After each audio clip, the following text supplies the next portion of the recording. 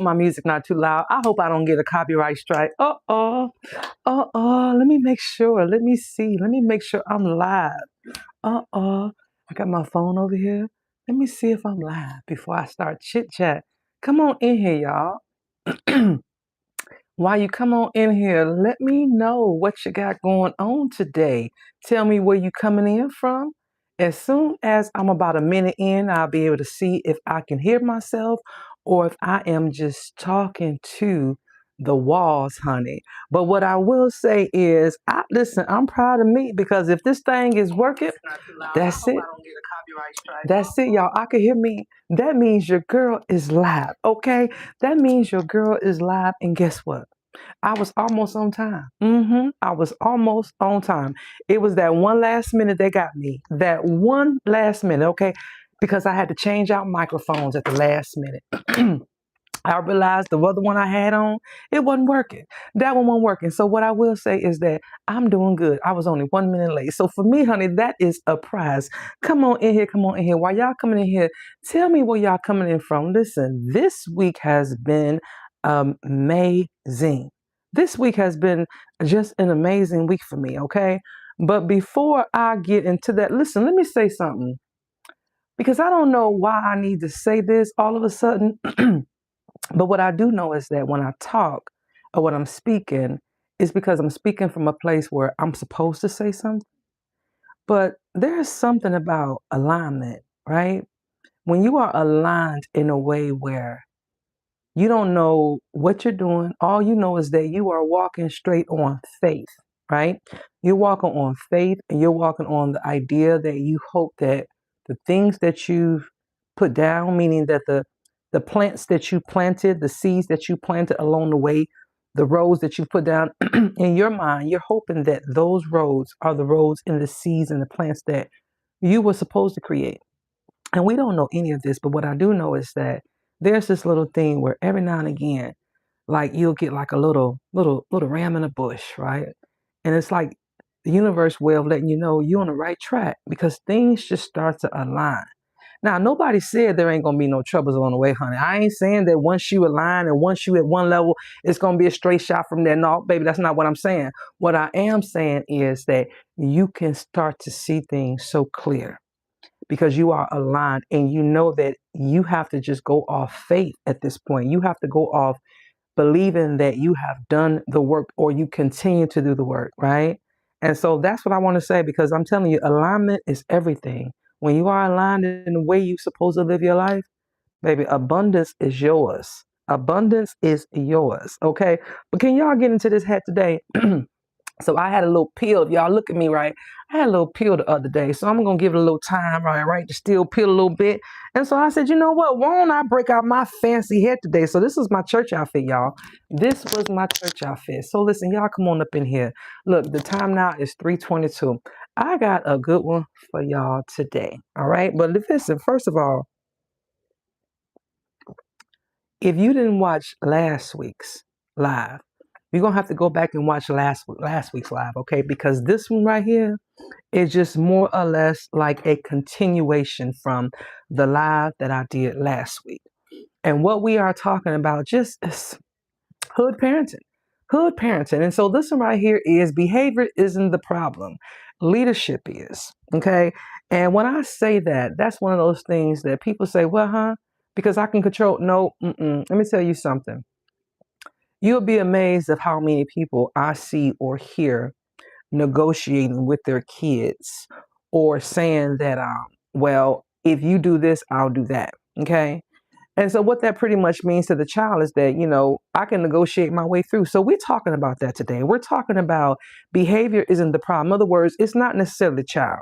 All right. When I say the child, I'm not talking about your little kids. I'm talking about the way that we parent in general. Right. So when I say the way that we parent in general, even if we have adult children, the way that we parent, right? Sometimes it's not them. It's because we're not enforcing standards. We're not enforcing rules. Okay. Because here's the thing. At the end of the day, children are people, right? Children are people who will soon be adults, right? And so y'all already know that if adults will try to get over anytime that they can, right? Or try to push the envelope anytime they can. You know doggone well a child is doing it because all they are is an adult in training, don't you think? That's all the child is an adult in training. And so if you know that that adult will do it, then clearly it started from somewhere. They didn't just start doing it when they became adult. They started learning those things as children, seeing how far they can get away for things. Why do you think we have those old sayings? You know, if you give a person an inch, they'll take a mile, right? That's where those things like that come from, right? You give a person an inch and they'll take a mile, okay?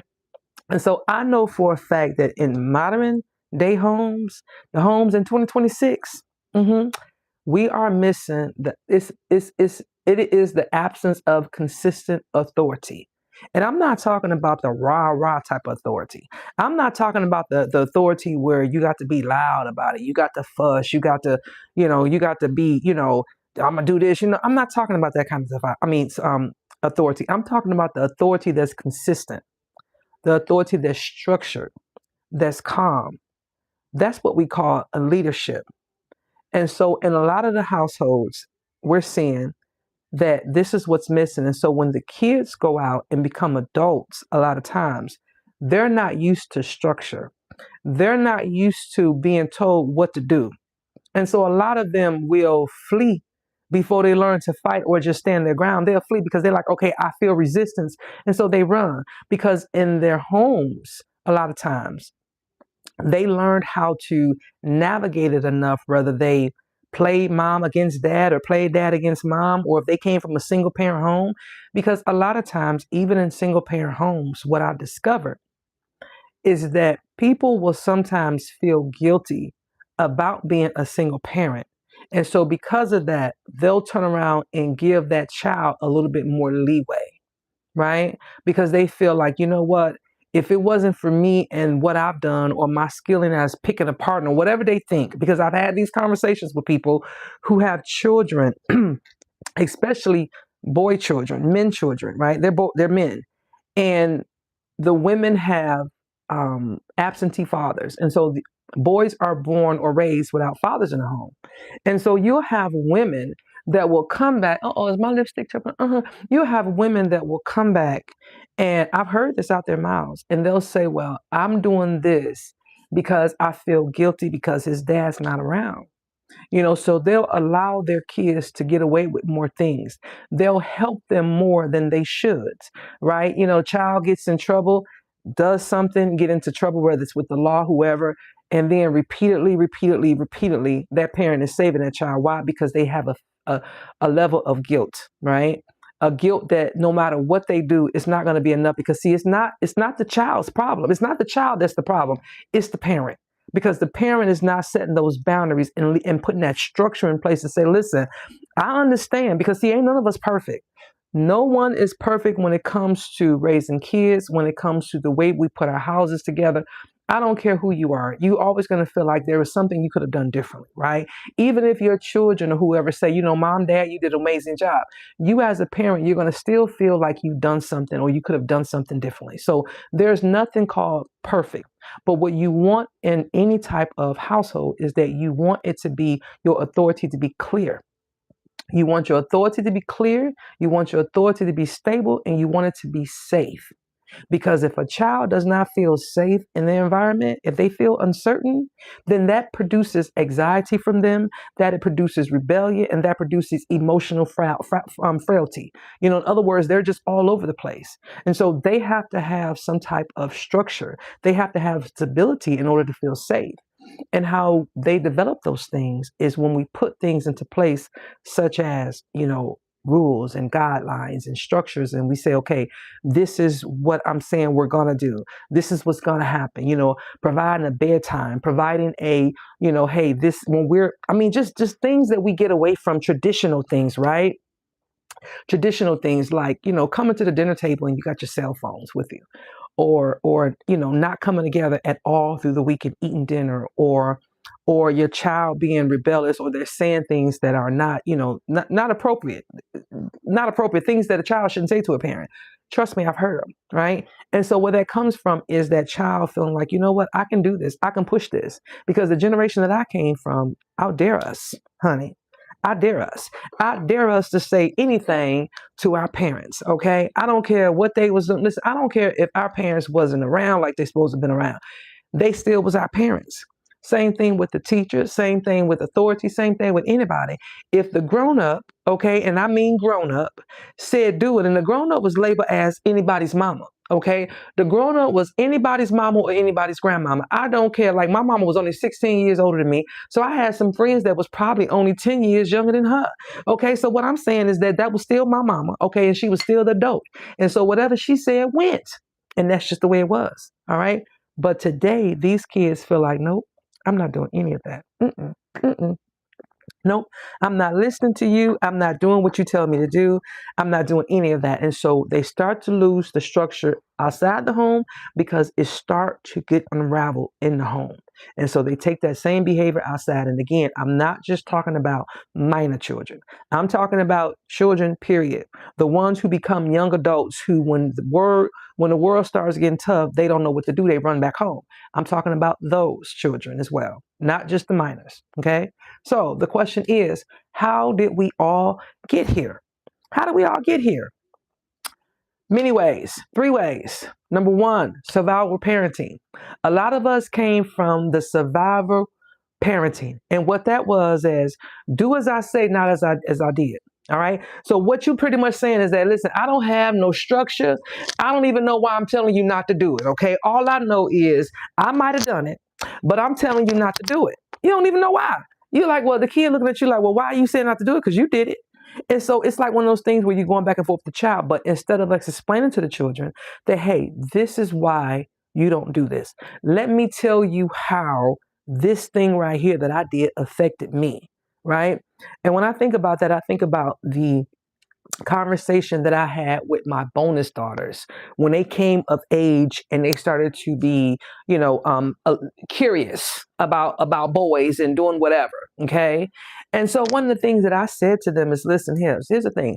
I'm not going to tell you not to do it because I don't want you to ever. So to me, you stay like you are until you find your husband and y'all run on off together and y'all do it and get the picket white fence and the 2.5 kids and a house and everything. Okay. And a dog. Okay. In my mind, right? Because I still believe in fairy tales. That's just me. Okay. I still believe in them and I will always believe in them. Okay.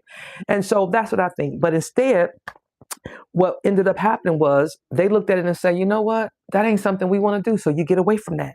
We get away from that because it's like, okay, well, I can do it this way. I can do it that way. Right.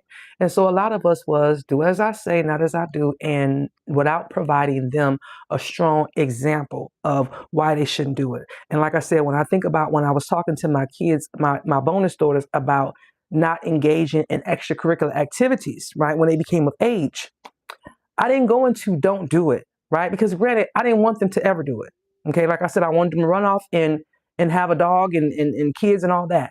But what I also explained to them is what I lost in the process, right? What I lost in the process. So what I lost in the process when I decided to step over into that adulthood lane, right? It wasn't just I gave away my virginity. It wasn't just that. It was I gave away a part of me to somebody that didn't deserve it. Because I tell you what, like I don't even think he knew. It was just, and it was just gone. It was just gone to the lowest bidder, the way I saw it. I gave it away to the lowest bidder, the way I saw it. Me being a 52, soon to be 53-year-old woman, looking back, I gave it away to the lowest bidder. And so when I was talking to my bonus daughters about those kind of things, that is the things that I wanted them to understand. It was not just about this is what you do and this is what you lose and could possibly happen to you, but it was also the things that you lose in that you cannot get back. That certain respect that you have for yourself, that certain should I or why did I or all those things, right? And then when you do find somebody that you want to marry or you want to settle down with, you think about, oh, well, dang, I should have saved it for him. I didn't give it to that person. I'm like, what the hell, right? And so it's just one of those things where all these things matter. And so these are the conversations that we have when we're not parenting from a survivor perspective, when we're actually teaching them instead of saying, don't do it because I said so. All right. And then also another thing that we do in survival parenting is obedience. Obedience over understanding, right? Obedience over understanding. In other words, we just want you to be good. Just be good. And we don't even explain why. right? Just be good. You go to the store, don't touch none, don't do none, do that. Why? Because a kid is going to be curious. Why am I going to go in the store? They got all these toys, they got all these amazing things, they got all these things, and you're telling me I'm not supposed to touch them. And if I do, this is what's going to happen. And so to me, this like, okay, why not? Because now not only does it does something to that child at that age, but as they get older, it makes them think, well, I can't go off into these territories because this place is not for me, right? It kind of limits them in their train of thought. And believe me, it's one of those things where does it have this effect on everybody the same way? No, but it's a stack on. It's very much a stack on, right? Right? A stack on. Okay. And then another way in which we got here is permissive parenting, right? And permissive parenting is I don't want to be like my parents. And baby, when I tell you I'm guilty of that, baby, I am guilty of that. Okay. One of the things that I knew for a fact that I didn't want to do was the physical stuff. Now, for me, I didn't want to do the extreme physical stuff, number one. And number two, I remember specifically saying that I wanted my children to be able to tell me what they thought. And so I remember as a child, when there was something that was said or done, I couldn't share my concerns or explain how I got there or what I felt about it. It was just do as I say, not as I, just do as I say. And so it was like before you could express your opinion or feel, express and tell them how you felt, you were shut down. And so when I became a parent, I said, you know what? I want to be able to hear my kids out. Now, what I learned is that because I didn't know, okay, from one child to the other. My first child, I was like, got it, because he was he was a practice child. So what I didn't know is there's a limit to that, because it got to the point where he started talking too much. Okay, now wait a minute, now you ain't supposed to say that to me. And so it became, and I had to learn how to say, okay, listen now, so it became that push and pull because I gave him this free reign. And so again, like I said before, you give a person an inch, they'll take a mile. And so when he would say things, he started saying a lot of things. And then he started saying a lot of things. And then it'd be like, now you're being disrespectful, right? And so I know for a fact that was me, permissive parenting, because I didn't want to be like my parent when it came to things like that. And another thing that we notice in permissive parenting is the over-explaining or over-negotiating. Okay, and that is you telling your child, well, I didn't really want to do this, but the reason why I did this, and so you're giving them a whole what is it, dictation or whatever about why you needed to do this or why you implemented this punishment. And when I think about that, I think about the time that I think about the time a long time ago with my bonus daughter, my oldest bonus daughter. She got in trouble at school, and it was like a repeat behavior, okay? And I guess her father got to the point where he was fed up, all right? So he decided to take whatever action he decided to take. And I think that after that, he spent the next 2 or 3 days apologizing and crying to her about why he had to punish her, why he had to discipline. And she looked at him, and even to this day, she told him, she said, why didn't you do that? Like, she said, because I looked at you like, I could just get away with things. She told him that, and so for him, he felt some kind of way about it. But it was one of those things that he wanted to make sure that he got so far away from maybe the way he was raised that he didn't want her to feel maybe the way he felt in a moment when maybe he was disciplined as a child. And so, yeah, sometimes we'll do that. We'll over-explain or we'll over-negotiate with our children. And so we'll do things because of our childhood, because of the things that we haven't quite understood, right? Because a lot of things that we do are not really our ideas. They are ideas or ways of thinking or ways of doing things that are passed down. And so as we become parents and we get older within our parenthood, we start to realize what's ours was not ours, the way we want to parent and what way we don't want to parent. And hopefully we can listen. And while we're doing that, in the meantime, we hope we don't mess our children up. Amen. Listen, we hope we don't mess them up in the meantime. Okay. Because listen, that first one, you know what? He may have to have a second one, okay, to get it right. And then, of course, another way in which we got here is the third way, present day confusion. And so what that is parents being afraid to lead. All right. Parents wanting to be liked and parents being exhausted and inconsistent. And baby, when I tell you that this one right here is the main one. Oh, baby, it's the main one. When I think about this particular thing, right, I think about the parents who, for lack of a better word, act like they want to be their kids' friends, okay? Because they don't want to be disliked. They want to always be their favorite, all right? For whatever reason, and listen, to each his own. But what I do know is that just like any other situation, when you do those type of things, the lines become blurred. That's what I know, because after a while, that child will not understand, okay, listen, now your mama talking or your daddy talking as opposed to your friend. So when you start blowing the lines, and here's the thing, it's not just in parenting. And that's the part that people don't understand. When we make these rules or we come up with these little yentos in life about not doing this and not doing that, we're not just talking about, let me pick this paper up. We're not just talking about, like I said, just in parenting. It's literally us talking about from different perspectives, right? When we start to, like we all, like there's a saying that says that you're not supposed to eat where where you know what at. Okay, it's the same way with your children, right? You can love your children. You can be as a friend. In other words, when we say a friend to your children, what we're saying is we want the children to feel comfortable enough with your parent to be able to talk to them as if they were talking to a friend. That's what we need to say. We need to make sure that we pick our words and we choose our words carefully, because saying that, your children, your friend, and all this kind of stuff, that blurs lines. And when it starts to blur lines, again, the authoritativeship or the leadership in the household goes away, because now the child starts to look at the parent as an equal and not as somebody in an authoritative figure. And if you are a parent, you are always an authoritative figure in your household. Now, does that mean that you know how to activate it and you know how to use it? Listen, I'm not saying whether you do or you don't.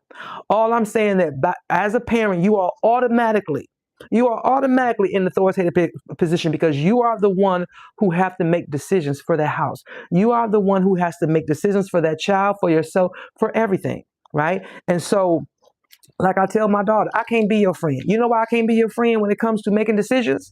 Because when it's time to pay these bills, I be paying them by myself. Now, if she helped me pay them or pay something, pay her half or something. Listen, I would just be thankful if she got a job and she bought her own food, okay? Because at this point, her bills is about as much as a little boy's bill when it come to eating. Okay, so I'm just saying, if she just do that, that'd be good with me. But she won't even do that. I guess because she only 12. And I guess as a 12-year-old, by law, she ain't allowed to work yet. Okay, but what I'm saying is, so because she ain't allowed to work yet, and so everything that goes on with her is my decision, baby, she don't make no decisions for herself. Not nan one, not nan, not none. Okay, only thing she get to decide on sometimes is what she wear in school that day. But if it's something that I feel that I don't like, honey, I will skedaddle her right on back on upstairs, or I'll watch her on the camera before she come downstairs and say, you know what? I see where you was going with that outfit, but that's not what we're going to do today. What we're going to do, we're going to take that off and we're going to put this on, honey. That's what we're going to do. You good? You good? I'm sorry. Poke your lip back. You'll be all right. You'll be over by the time you get home from school. Okay? So that's how I handle situations in my house. Now, could people say that is that very authoritative? I don't know. But what I do know is I have to be the one that puts standards into place with her. Because if not, she will do whatever it is she want to do. Why? Because she's a child, because she's human, and children are young adults. So if we would try to get away with things that we can get away with, of course, a child is going to do the same thing. They're no different. All right. And so listen, like I said, when it comes to parenting and how we got here, the truth is, when it comes to leadership in your household, when leadership is consistent, children test the structures. All right, they will trust the structures, not because they are bad or anything like that, but because they are looking for walls. Children want to push boundaries. They want to locate safety. They want to see if the walls are keep moving or not, because they're gonna keep pushing.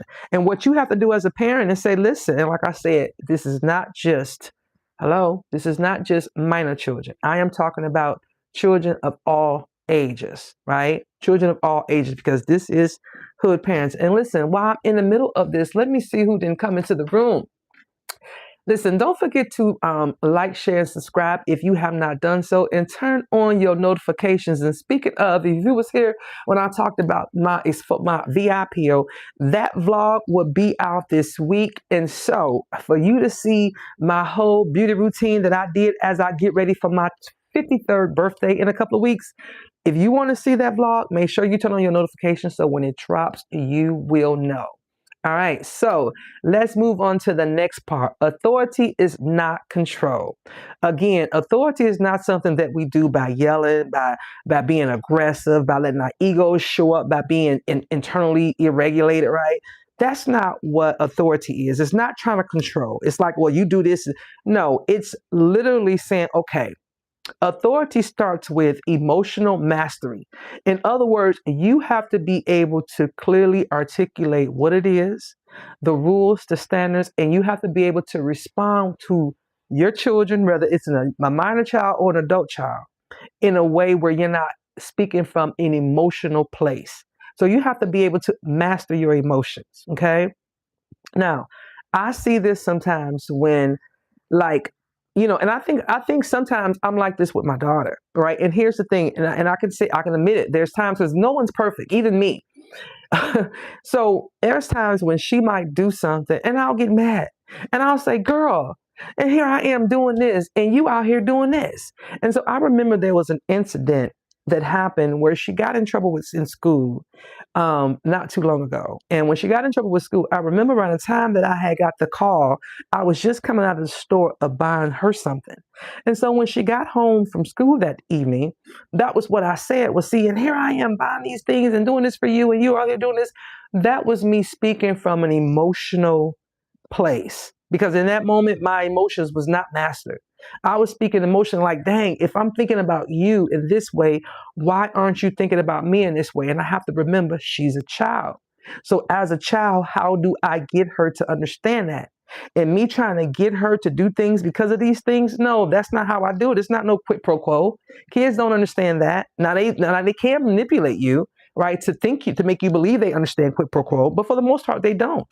Because you want to make sure that you build children, or shall I say, raise children that are not being manipulative.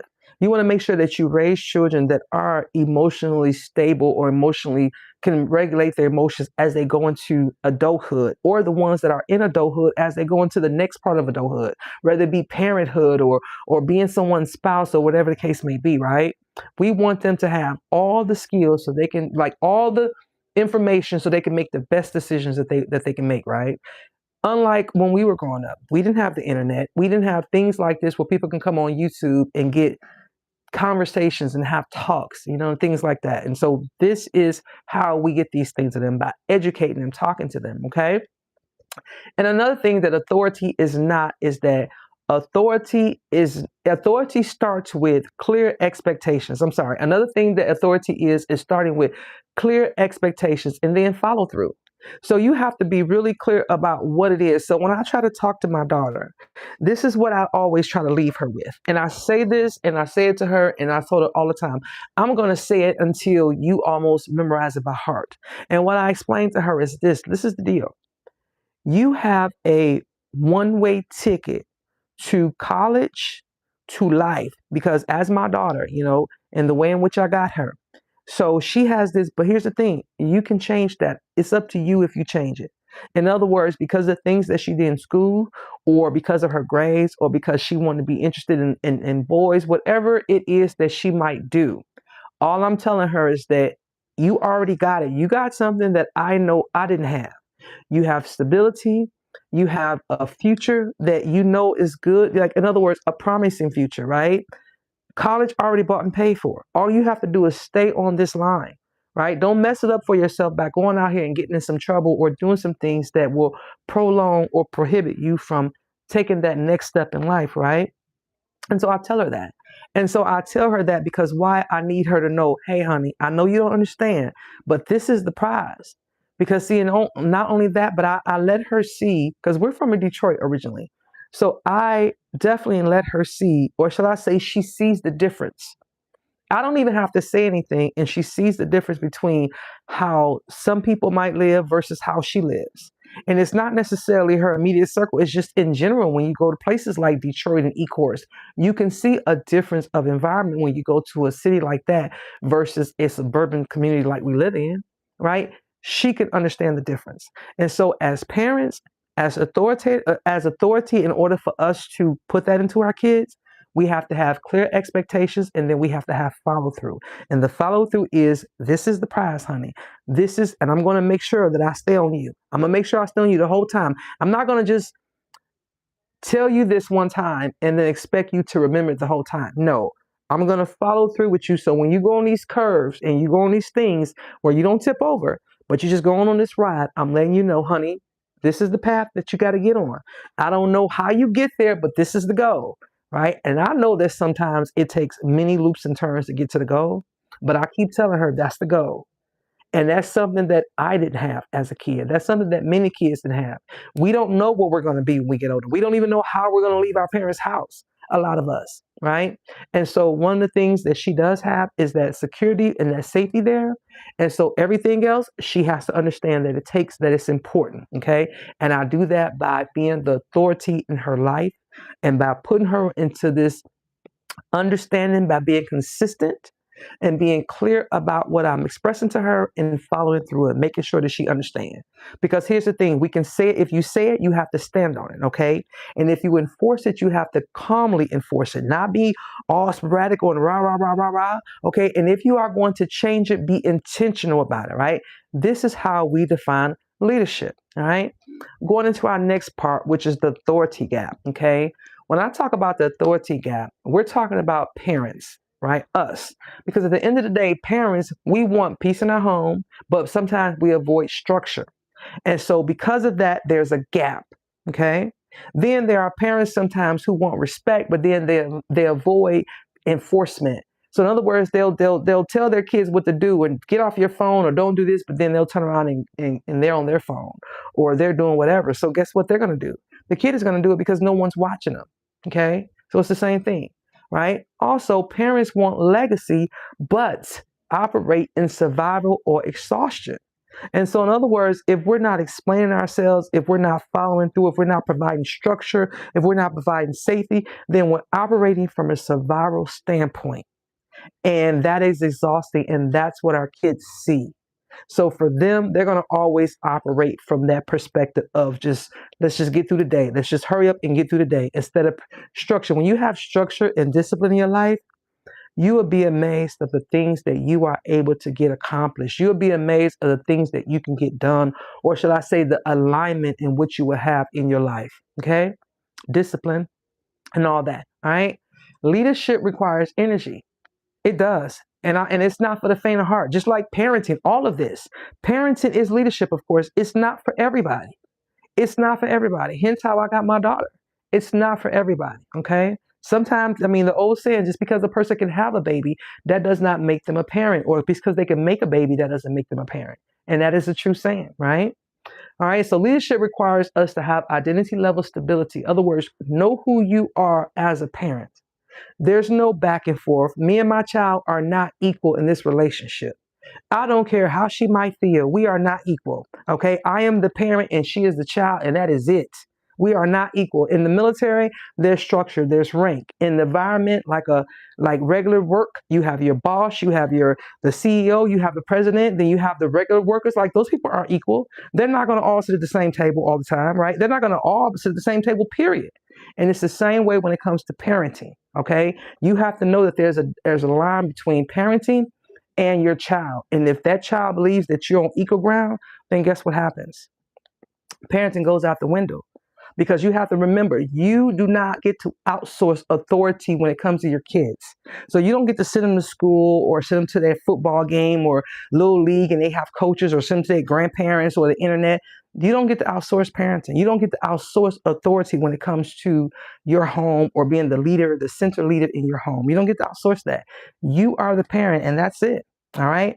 And so when we talk about all of this, we're talking about the bridge generation, right? Which is my generation right here. We are the bridge generation. Many of us are the bridge generation. In other words, we are the ones that were raised in survival mode, right? We just had survival strength. Like, we knew how to, listen, I was a latchkey kid when I was like 8, 9 years old. And if you don't know what a latchkey kid is a kid that has a key around his or her neck, okay, that goes to the household. And when they come home, and it's a shoestring, all right, shoestring. You got one key for you and your siblings. I don't care how many siblings you got. there's one key. Okay, so all the siblings better make sure they get with that one sibling. They got that key. Okay, and y'all all go home at the same time with that one key because your parents at work, they whatever, and you got to come in the house. And when you get in that house, you don't turn no TV. I mean, you don't play with no fire. You don't doggone cook no stove. You don't answer no telephone because back then we had house phones, landlines is what they called them.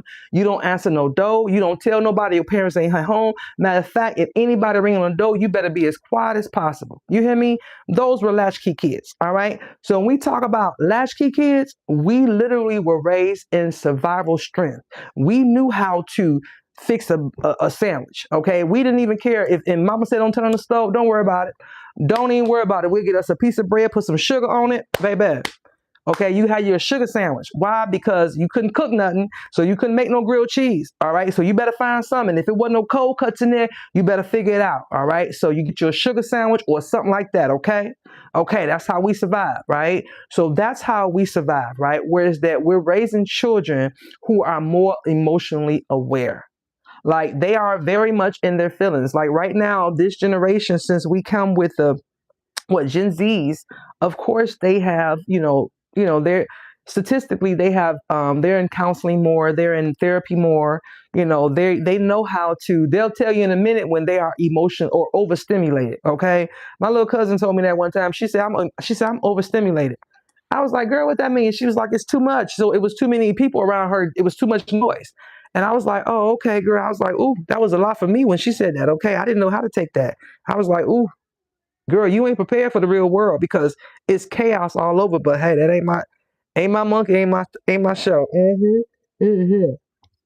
So when it comes to us, these kids are different than we were, a lot of them. And so we have to be able to respect that and say, okay, I respect that because some of us, we need to be a little bit more in tune with our emotions. The bridge generation, us, Gen Xers. Some of us need to be a little bit more emotionally in tune with our emotions and stuff.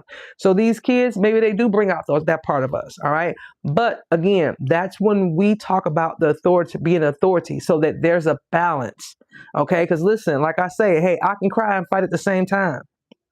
Like my daughter, I can discipline you and love on you at the same time. Just because I discipline you, that does not mean I don't love you. I have to be able to show you that, hey, if you do this or you do that, there is a cause and effect for everything. And if you do these things over here, there's a cause and effect for that. And those things may be good or bad. So you get to decide what you're doing. All right. And so because we were raised more from a survivor standpoint and we having these kids over here, we have to try to find the balance. It's up to us. And that's why we are the bridge generation, because it's up to us. It's up to us without the softness, without the rigidity. All right. But they need structure and emotional intelligence. And so this is how we build legacy parenting. This is how we build a bloodline that's consistent with leadership. All right. That's how we build a bloodline that's consistent with leadership. And so what do I want to tell all you beautiful people before I wrap this up, honey? Because isn't this good? Isn't this a good one? Who's in these chats, honey? Because y'all know I will go on and on and on and keep on talking, okay? Because I wanted to make sure I stayed on track today, baby. That's why I knew I didn't want to miss nothing. I made sure I took copious notes so that I can tell y'all what I need to tell y'all so I can wrap this thing on up, honey. And so how do we do a reset? How do we do a reset in our homes if we have homes that lack any type of authority? Okay, gonna give you 5 of them. And if you need to, get your piece of paper and pen. All right, if not, right here, let me tell you, I'm gonna go ahead and tell you right here at the almost 39-minute mark. So at the 39-minute mark, here are 5 practical reset. That way, if you don't want to write it down, come back to the 39-minute mark. If your household lacks consistency authority, you start by 1, establishing 3 non-negotiables. Okay, I don't know what your non-negotiables are. I don't know how you operate in your household. You got to determine what your non-negotiables are, all right? And what that pretty much means is this: some things that you are telling people in your household or the people around you as a parent, your adult children, your minor children, whatever. Like, for example, with my child, you will get good grades. Those things are non-negotiable. You will go to church on Sundays. Those things are non-negotiable. You will complete your chores, and I don't pay you for your chores. Those are your chores. You mess it up, you clean it up. Those are non-negotiables. And of course you got, you will be respectful. That's a non-negotiable. That is a non-negotiable. Now, when it comes to other things, like maybe how often she gets on her iPad or whatever, those things might be negotiable. Or how often she's allowed to stay up past her bedtime on weekend, those things might be negotiable, right? Or even her wanting to eat McDonald's more times than I wanted to eat McDonald's. Those things may be negotiable, right? But when it comes to things that are structural, that's going to make that child feel safe, the things that are not going to push that wall back or allow them to take an inch and then a mile, you have to be able to put things into place that are non-negotiable and mean it and stand by it. All right. Another thing you can do is stop negotiating what is not up for discussion. So if you tell your child or you tell those young adults, this is what it is, then this is what it is. Okay. And I mean in everything, because this is what's going to push them forward. Okay. Now, and when I say, oh my God, there's so much that I'm trying not to talk about. But what I will say is this right here is my wheelhouse. And so we're going to go deeper down here, but I want to get these practical resets out the way though. Okay. And the third thing is follow through calmly. All right. We're talking about reset. Other words, if your house is lacking consistency, number one, establish 3 non-negotiables. Number 2, stop negotiating what is not up for discussion. And number 3, follow through calmly. Follow through. Hey, you ask your child, did you do your chores? It's not no, did you do your chores? Okay, what happened when you didn't do your chores? Okay, well then I'll tell you what then. Since you didn't do your chores, this is what's gonna happen. And you follow through calmly and you follow through. Okay, once they do their chores, all right, hey, let me see, did you do your chores? And then you go check. Did they do their chores? And then once you feel like you can trust them, then maybe you ain't got to check no more. But that's something that they have to build, all right? And then the fourth thing, regulate before responding. In other words, if you know that when you say something to this person, you're going to pop off, and trust me, you can't always control it. I'm here to tell you, you can't always control it. Because sometimes I pop off before I know it. Sometimes my mouth starts speaking before my brain have time to catch up. I'm saying for real. Yep. Sometimes my mouth starts speaking before my brain have time to catch up. I'm just saying. You're not always able to regulate it. But if you are, then regulate before responding. Think before you speak. All right. And then number 5, lead, even when it's uncomfortable. So even when you feel like, you know what, this is not what I want to do. I don't care what the situation is in your household when it comes to parenting. It is up to you to always lead your household. And unfortunately, you do not get to take a day off. As parents, we are not ever in a position where we get to take a day off from leading our households. And it's just that simple. All right, because children are our responsibilities. And if you are a parent, and even if you have adult children, it is never a time where you are not the leader, even if you have adult children. So in other words, we have to make sure that we maintain that even like long after. Now, they still are babies, okay? But that's just like there's certain things like with me. I don't sit down with my mother and have a conversation with her and I'm throwing curse words everywhere. No, ma'am, no, sir. No, ma'am, no, sir. If I accidentally say a curse word, I say, oops, excuse me, mama. Why? Because that's my mother. That's a non-negotiable. We will not disrespect my mother like that. We will not use profanity in front of her like that. And it's just that simple. Non-negotiable. Okay? Non-negotiable. And she was consistent with that. Okay? No matter what. Right? And so in closing, let me lead y'all with this. Okay? Children don't want perfect parents. In fact, there's not even a such thing called a perfect parent. There's not, because when you talk about perfect, who set the standards? Who set the standard and how do we compare it to? Because nobody set the standard, so there's no such thing, all right? But what they do need is that they need regulated leaders. They need consistency, all right? And they need someone who is emotionally stronger than they are at that moment. That's what children need. All right. That's what children need. All right. And so if that requires you to do some type of identity work, or if that requires you to do some type of internal work with yourself, listen, I have an appointment link down below. Right now, I am going on with a $197 special that you can go ahead and link down. Listen, click the link down below, honey, and schedule an appointment with me, and we can discuss what is your next. If you are one of them parents that feel like, okay, what do I do? I've lost myself in the meantime. I feel like things are out of control. Listen, I don't care at what point in parenthood you are in. If your kid is young or if your kid is an adult and you feel like you are losing touch or have lost touch, and you feel like you have lost, like you don't know how to lead them to be healthy adults in this world, and if that's something you need some help with, go ahead and put a comment down below or make yourself an appointment, honey, and I will reach out to you one way or the other.